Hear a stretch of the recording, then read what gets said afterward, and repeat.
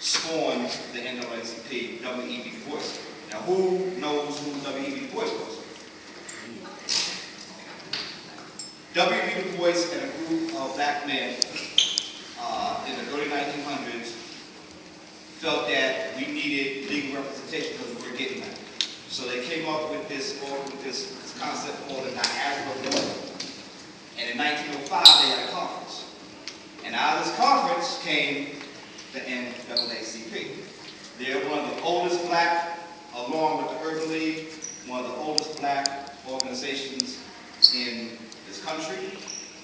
They are very significant and very important. The brother's name escapes me. They just have to get something called. Trayvon Martin. Who knows that name ring a bell? Trayvon Martin? Young people. Who's Trayvon Martin? Young people. The one that got shot. Right. By a white man in Florida. He was unarmed. And they thought he was suspicious. The guy killed him. Now this is where the NAACP plays a very important role. Because right now, I don't know if the president of that chapter is representing right now Trayvon's parents to make sure that they get justice, because the man who shot this brother has not been arrested yet. Okay? So realize, young black men and women, it is still open season on us. And organizations like this are put in place to protect us. So without any further ado, I will go through all his titles and different things, so I'll let him tell you that. But he's also running for the House of Representatives. Yes. Right. And he is, like I said, the president of the local chapter here of the NAACP, Mr. Wayne Patterson. First of all, I just want to say thank you for having me today. Now, today we have a lot of issues going on here in North Carolina, here in the Southeast, here in America. But before I get into that, let me just tell you a little something about me.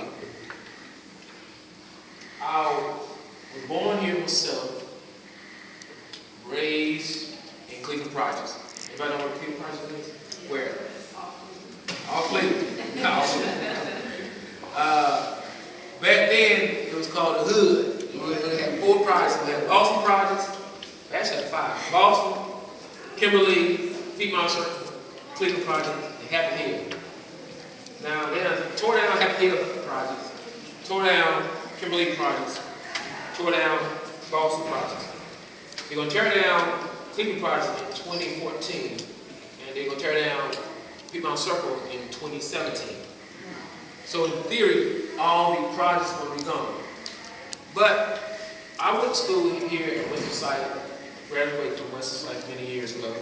Went to college, I was at Charlotte, Louisburg College, and so forth. And then I went to law school in Atlanta, Georgia. Now, I'm married. My wife of 18 years right there.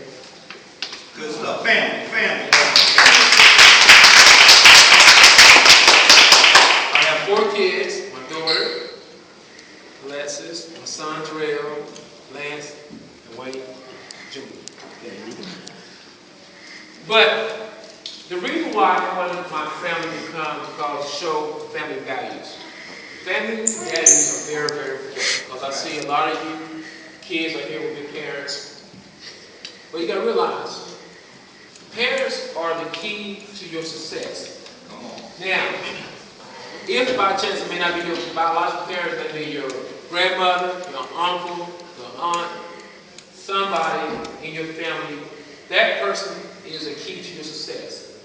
Now, the hot issue right now is Trayvon Martin.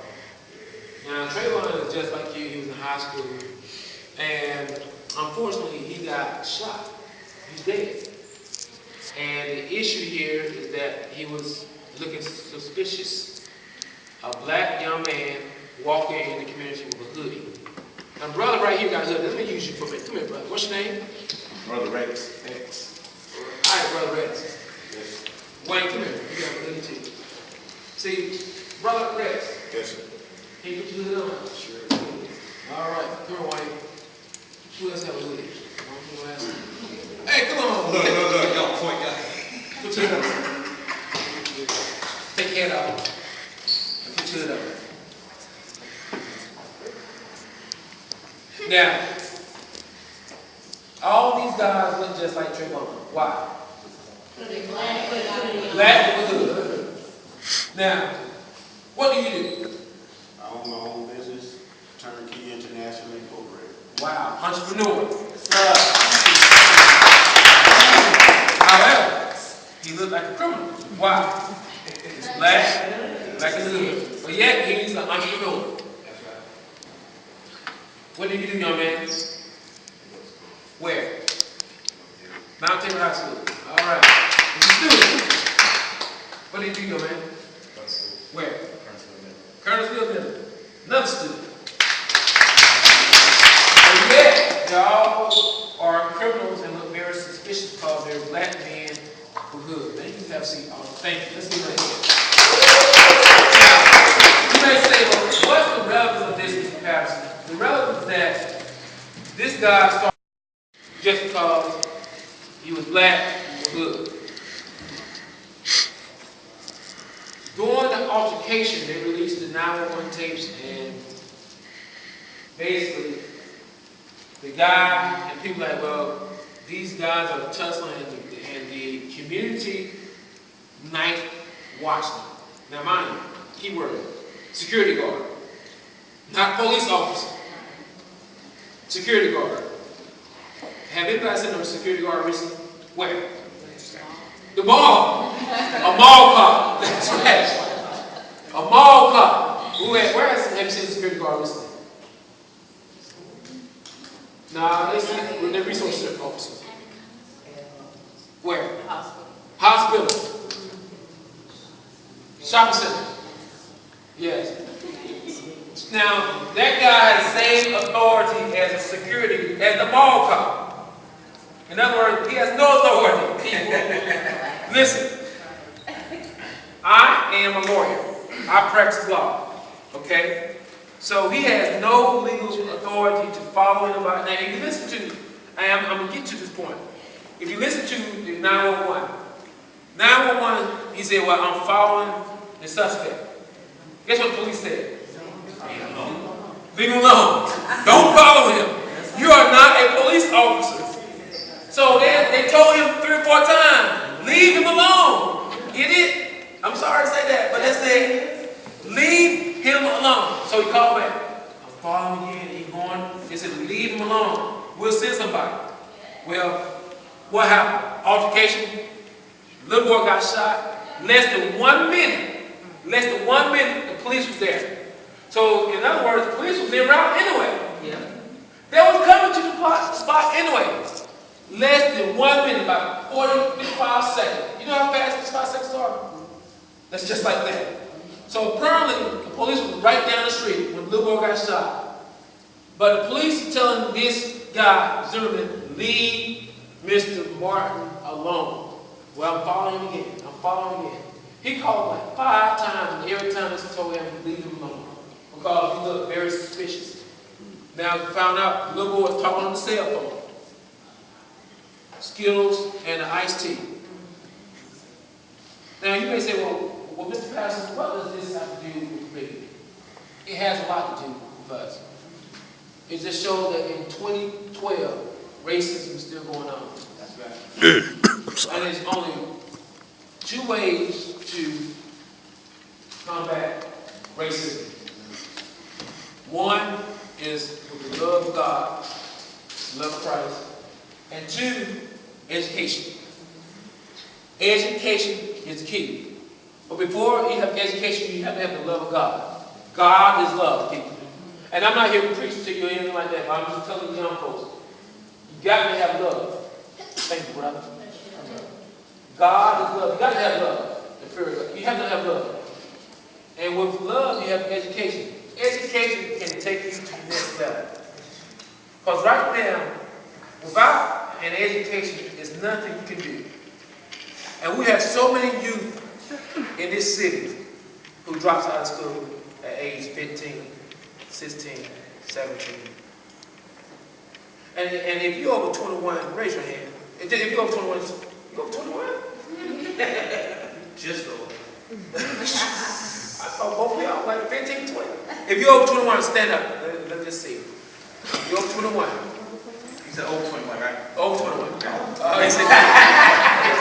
right. Now, I'm going to make a point. Sit down.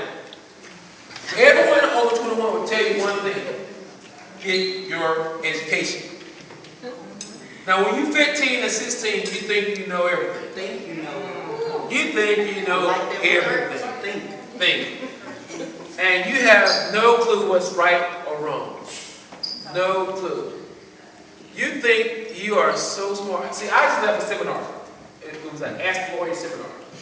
And it was 4 lawyers and we was giving legal advice. But each lawyer said, a good friend of mine, actually my fraternity brother, he's a lawyer, he got up and said, I just had eye surgery. Does anybody know how to do eye surgery? You know what I said? Everybody said no. Well, he said, well, why do everybody think you can go to court and be a lawyer? Because you look at law and order, you understand the law. So, with that said, if a child has never been a parent, how in the world do you think you can tell somebody, or your mom and dad, how to be a parent? Now, I'm not here to bash kids, because I have 4, and if I want to bash them, I bash them. But I'm here to enlighten you, because it's very important that it's so important your lifestyle right now. You're in the best time of your life. In 2012, you guys have access to iPods, iPhones, cell phones, all kinds of technology in school. Your education is this high. When I was in school, it was this high, this high. Let me tell you why. Because when I was in school, we did not have cell phone. Everybody, I'm about to get my age, but all the parents tell everybody, don't leave home without what? Quarter. Young kids under age 15, what was the quarter for? Anybody? Use the phone. They don't know. Payphone. That's right. About that. No, anything about payphone. It's like, what is a payphone? A payphone is what you put a quarter in and dial the number and call your mom and dad. But now everybody has cell phones. But the point I'm making right now is all about getting prepared. Now, Trayvon Martin incident is going to do one or two things. It's going to bring this country together, unified, or it's going to separate this country. Now, this is a big issue because the federal government has got involved. Our president, President Obama, talked about Trayvon Martin yesterday. This is what he said. He said, if I had a son, he would look just like Trayvon Martin. So, this is getting worldwide news because you got to realize the little boy has no weapon. He had Skittles and iced tea, and he got shot. But it could have happened here. What's your name? Your name? Mike what? Mike Sparrow. What school you go to? Grade. What grade? 8th grade. Mike Sparrow is in 8th grade.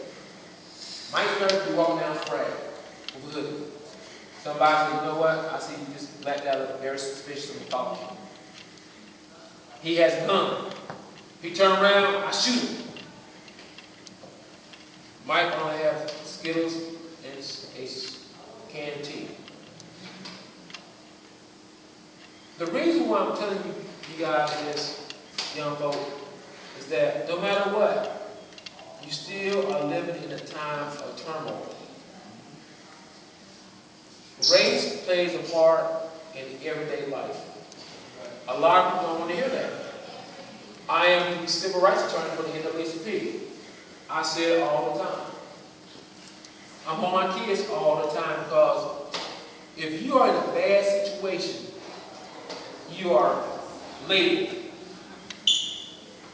I had a relative yesterday, and I went to court with him. My wife and I went to court, and my nephew, good kid, but he was hanging out Wrong crowd. Now,